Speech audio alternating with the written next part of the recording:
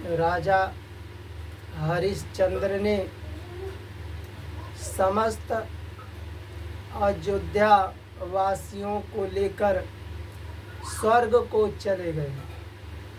देखो, जब विश्वामित्र ने राजा हरिश्चंद्र से राजपाट मांगे,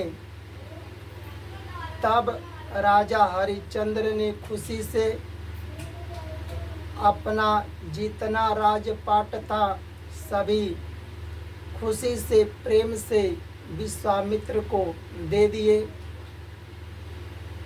जितना रथ था, हाथी था, घोड़े था, खजाने थे, सोना चांदी, रुपए पैसे, महल सब दान में दे दिए।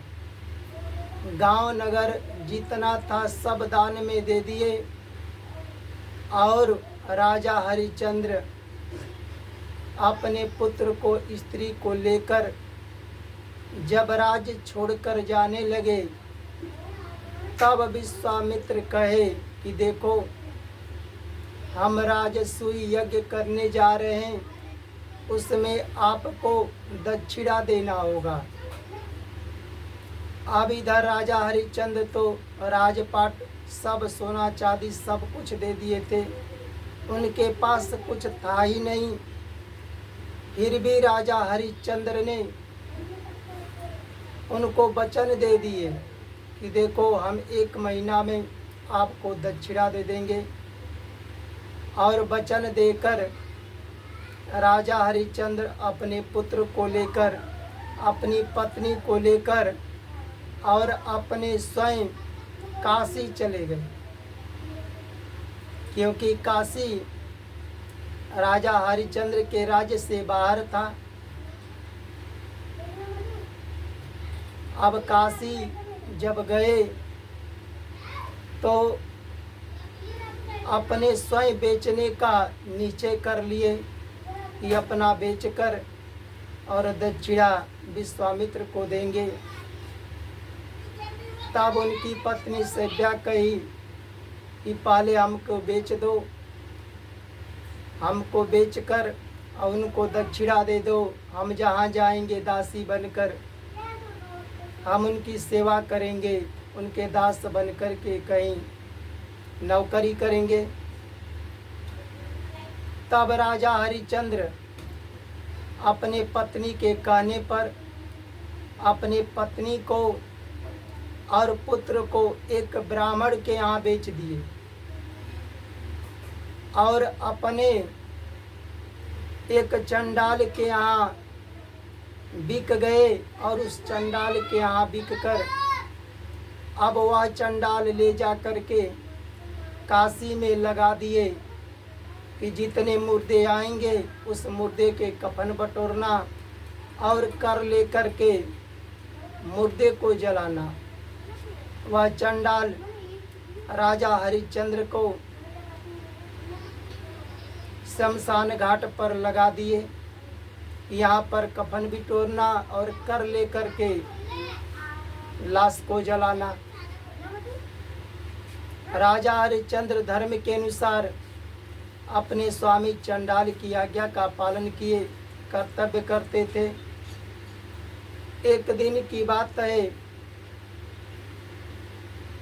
सभ्या के पुत्र रोहितासु को सांप ने काट लिया और सांप के काटने से रोहितासु की मृत्यु हो गई। तो किसी के पुत्र मरेगा तो उसकी माँ रहेगी, तो माँ तो विलाप करेगी पुत्र को लेकर। तो माता सभ्या अपने पुत्र को लेकर विलाप कर रही थी, रो रही थी, तड़प रही थी, पर वह सभ्या क्या कर सकती है। अंत में तो अपने पुत्र का दाह संस्कार करना ही पड़ेगा। अब वह सभ्या अपने पुत्र रोहितासु को लेकर जब काशी के शमशान घाट पर गई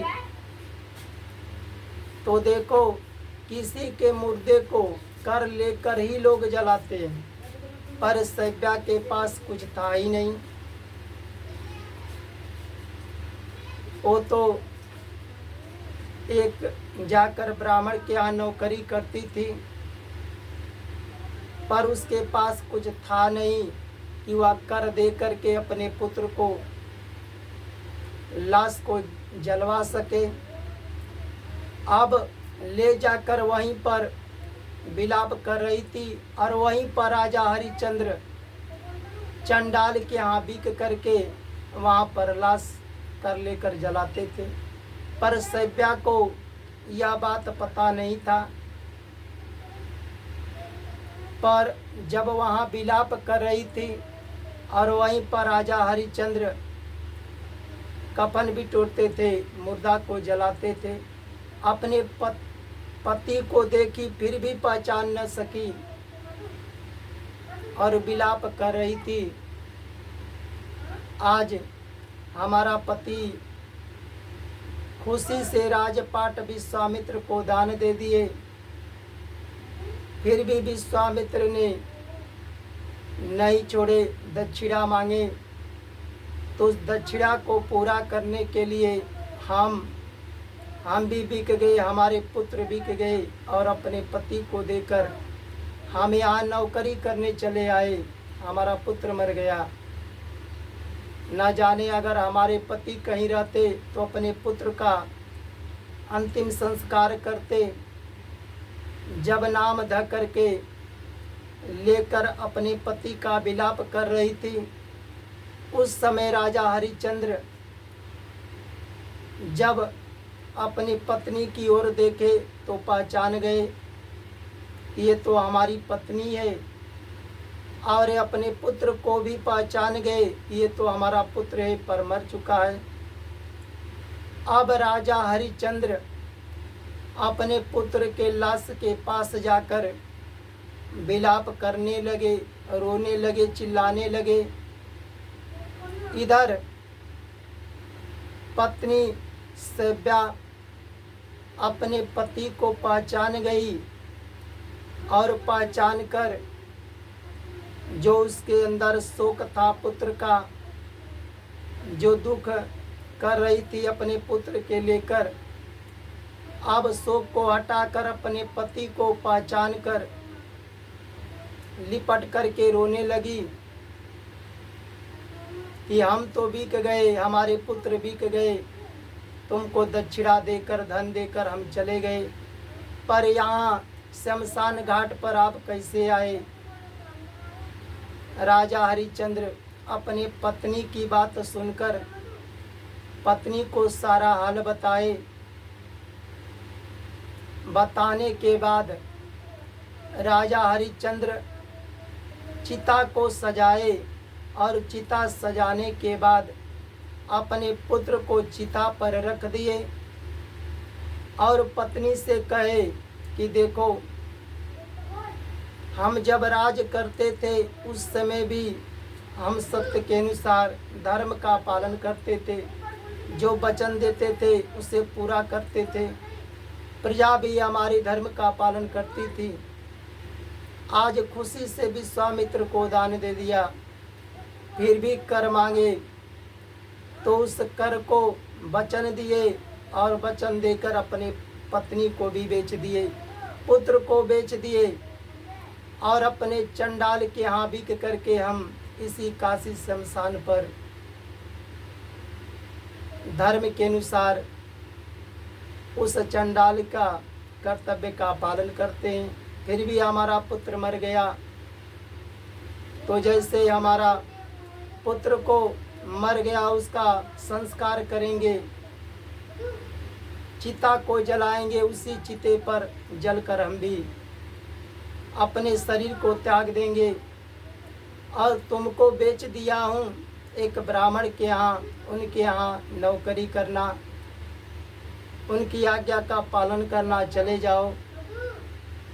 राजा हरिश्चंद्र की बात सुनकर वह सैब्या पत्नी बोली कि जहाँ पर हमारा पुत्र को जलाओगे, तुम अपने शरीर का संस्कार करोगे, दाह करोगे, वहीं चिता पर जल करके हम भी अपने शरीर को भस्म कर लेंगे।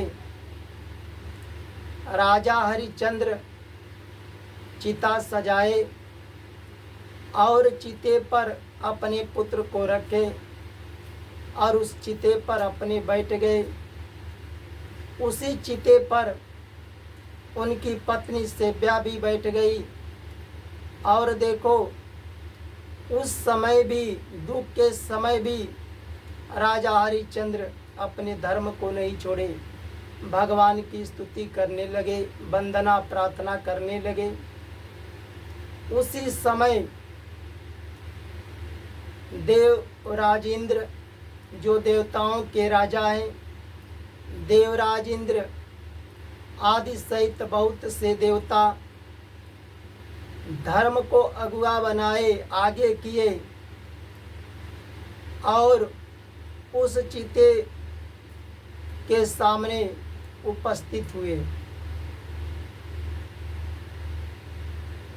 इसके बाद विश्वदेव, मरुदगण, साध्यगण, लोकपाल भी अपने अपने वाहन पर सवार होकर उस चिते के सामने प्रकट हुए। यहाँ तक कि साक्षात पितामह ब्रह्मा जी भी थे और भगवान स्वयं धर्म जो बने थे, जो राजा हरिश्चंद्र की धर्म की परीक्षा ले रहे थे, वह भी पधारे। इसके बाद जितने नाग थे, सिद्ध, अश्विनी कुमार, सभी उस चिते के पास आए जहाँ पर राजा हरिश्चंद्र चिता सजाकर अपने बैठे थे, पुत्र को रखे थे, पत्नी थी। सभी लोग आकर के राजा हरिश्चंद्र की प्रार्थना कर रहे थे कि आप जब सुख में थे तभी धर्म के अनुसार राज चलाते थे, धर्म का पालन करते थे, आपकी प्रजा भी पालन करती थी। सुख में भी अपने सत्य को, धर्म को नहीं छोड़े, सनातन धर्म को नहीं छोड़े। हम सब देवता आपके राज, आपके धर्म का पालन करने पर बहुत ही प्रसन्न हूँ। अब तुम्हें स्वर्ग को चलना चाहिए, क्योंकि आप धर्म किए हैं, सत्य का पालन किए हैं, धर्म का पालन किए हैं, सनातन धर्म की रक्षा किए हैं। अब तुम्हें स्वर्ग को चलना चाहिए। देवराज इंद्र की बात सुनकर इधर राजा हरिश्चंद्र कहे कि देखो, हम तो चंडाल का नौकरी करता हूँ, पर हमारे लिए वह चंडाल हमारा स्वामी है। बिना उनके आज्ञा लिए हम कैसे जा सकते हैं? तो देखो, जो चंडाल थे वह धर्म ही चंडाल बनकर परीक्षा ले रहे थे, तो खुद धर्म सामने थे। धर्म बोले कि राजा हरिश्चंद्र, कोई आप चंडाल की नौकरी नहीं करते हैं, हमने ही चंडाल बन करके तुम्हारी परीक्षा ले रहे थे। हमारे तरफ से आपको स्वर्ग चलने का आदेश है। फिर भी राजा हरिश्चंद्र कहे कि हम जो धर्म का पालन किया हूँ प्रजा को लेकर, राजा कोई भी यज्ञ करता है तो प्रजा को लेकर ही करता है। कोई तालाब जो धर्म की रक्षा के लिए खुदवाता है तो प्रजा को लेकर ही, और बाग बगीचा भी लगाता है तो प्रजा को लेकर ही लगाता है। तो जितना धर्म का काम किया हूँ उसमें प्रजा का भी हाथ है। अगर धर्म तुम्हारे तरफ से स्वर्ग जाने का आदेश है, दे दिए हैं, तो अगर हमें स्वर्ग जाने का आदेश है तो हमारी अगर अयोध्यावासी जाते हैं तब तो हम भी स्वर्ग चल सकते हैं। राजा हरिश्चंद्र की बात सुनकर देवराज इंद्र कहे कि देखो, तुम धर्म का पालन किए हो, सत्य का पालन किए हो, सनातन धर्म की रक्षा किए हो, पर तुम्हारे जो प्रजा का पुण्य है और पाप भी है, तो जो पाप किए हैं वह मरकर नरकों में भोगेंगे। उसे स्वर्ग जाने का कैसे आदेश हो सकता है। राजा हरिश्चंद्र कहे कि देखो, हम प्रजा को नहीं त्याग सकते, अगर उस प्रजा को भी लेकर चलोगे तभी हम स्वर्ग चल सकते हैं। राजा वही है, अगर हम प्रजा को त्यागेंगे तो समझो कि हम अपने गुरु की हत्या किए हैं, संत महात्मा की हत्या किए हैं, गौ की हत्या किए हैं। राजा वही है, अगर हम धर्म का पालन करते थे तो हमारे आदेश का पालन प्रजा भी करती थी, वह भी धर्म का पालन करते थे। इसलिए अगर उसे आदेश है तो हम भी चल सकते हैं। राजा हरिश्चंद्र की बात सुनकर देवराज इंद्र और विश्वामित्र भी उस चिते देवताओं के साथ आए थे। विश्वामित्र भी सुनकर मन ही मन बहुत मुस्कुराए। राजा हरिश्चंद्र, देवराज इंद्र ने राजा हरिश्चंद्र को भी आदेश दे दिए और राजा हरिश्चंद्र को भी कहे कि जितने तुम्हारे अयोध्यावासी प्रजा है सबको लेकर चलो। इसके बाद राजा हरिश्चंद्र जितने देवता थे सब अयोध्या में गए। वहाँ जाकर विश्वामित्र ने राजा हरिश्चंद्र जहाँ राज करते थे, जो विश्वामित्र को मिला था, अब उनके जगह राजा हरिश्चंद्र के पुत्र को रोहितास को बैठा दिए राजगद्दी पर, राज तिलक कर दिए। उधर राज चलाने लगे और इधर देवराज इंद्र स्वर्ग से लेकर भूलोक तक विमान लगा दिए। राजा हरिश्चंद्र उस विमान पर बैठे, जितने अयोध्या के पुरुष थे स्त्री थे अपने बच्चों को लेकर सभी लोग बैठे और राजा हरिश्चंद्र और अयोध्यावासी प्रजा सहित सभी लोग स्वर्ग को चले गए। देखो, जो राजा हरिश्चंद्र ने जो राजपाट खुशी से विश्वामित्र को दान में दे दिए, तो उससे पहले जब राजा थे तभी सत्य के अनुसार धर्म का पालन करते थे, प्रजा का पालन करते थे, अपने राजकाल में एक भी अधर्म नहीं किए। और जब सब राजपाट दे दिए तो भी अपनी पत्नी को बेच दिए, पुत्र को बेच दिए, अपने चंडाल के यहाँ बिक करके। चंडाल बहुत कष्ट देता था फिर भी उनको स्वामी मानकर धर्म का पालन किए। आजकल के लोग रहेंगे तो अगर सुख में धर्म का पालन करेंगे, अगर जो दुख पड़ गया सब धन दौलत किसी को दे देंगे तो सत्य पर विश्वास ही छोड़ देंगे। लोग चोरी करने लग जाएंगे, बेईमानी करने लग जाएंगे, धर्म को छोड़ देंगे, विश्वास भगवान पर नहीं करेंगे। लेकिन राजा हरिश्चंद्र सुख में भी धर्म का पालन किए और दुख में भी सत्य पर विश्वास किए। जो राजा हरिश्चंद्र के कथा को सुनते हैं तो राजा हरिश्चंद्र सत्य का पालन किए तो सत्य ईश्वर है, जो धर्म का पालन किए धर्म ईश्वर है, सनातन धर्म की रक्षा किए तो सनातन ईश्वर ही है। तो जो भगवान जो राजा हरिश्चंद्र की कथा को सुनते हैं उस व्यक्ति को दुख में कितना भी रहेंगे दुख दूर हो जाता है, सुख की प्राप्ति होती है। जो पुत्र को लेकर के कथा को सुनते हैं उसे भी पुत्र की प्राप्ति होती है। जो स्त्री को लेकर के कथा सुनते हैं राजा हरिश्चंद्र की, उसे स्त्री का भी प्राप्ति होती है। राजा हरिश्चंद्र के कथा को सुनने वाले, क्योंकि यह कथा भगवान का ही कथा है, वह व्यक्ति, वह मानव कभी नरक में नहीं गिरता। जय जय श्री राधे राधे।